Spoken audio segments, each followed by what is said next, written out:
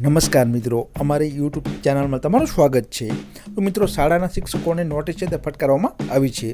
તો આ વિડીયોની અંદર આપણે તેની જે વિગતવાર માહિતી છે તે જોઈશું। તો મિત્રો, વિડીયોમાં આગળ વધતા પહેલાં તમે પણ જો સરકારી ભરતીની તૈયારી કરતા હોય અને ખાસ કરીને શિક્ષક ભરતીની અપડેટ મેળવવા માંગતા હોય મિત્રો, તો આ ચેનલને ફટાફટ સબસ્ક્રાઈબ કરી બેલ આઇકન પ્રેસ કરી નોટિફિકેશન ઓન કરી દેજો। આટલું કરવાથી મિત્રો સરકારી ભરતીની કોઈ પણ નવી અપડેટ આવશે તે સૌથી પહેલાં તમારા સુધી પહોંચી જશે।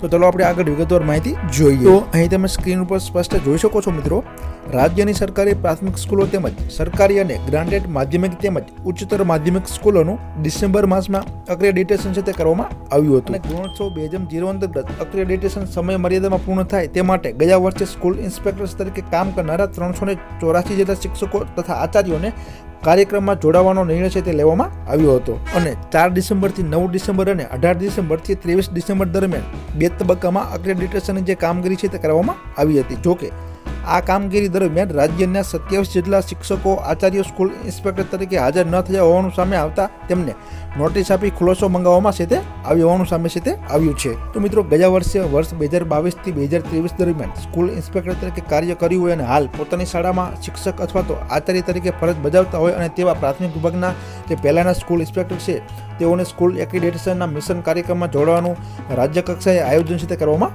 આવ્યું હતું। તો સ્કૂલ એક્રેડિટેશનની કામગીરી માટે સમગ્ર રાજ્યમાંથી 384 જેટલા જે પહેલાના સ્કૂલ ઇન્સ્પેક્ટર છે તેઓની પસંદગી છે તે કરવામાં આવી છે, જેમાં અમદાવાદ મ્યુનિસિપલ કોર્પોરેશનમાં 9 જેટલા સ્કૂલ ઇન્સ્પેક્ટરની જે પસંદગી છે તે કરવામાં આવી હતી। તો મિત્રો, આ હતી આજની અપડેટ। આવી જ માહિતી માટે અમારી યુટ્યુબ ચેનલ સાથે જોડાયેલા રહો।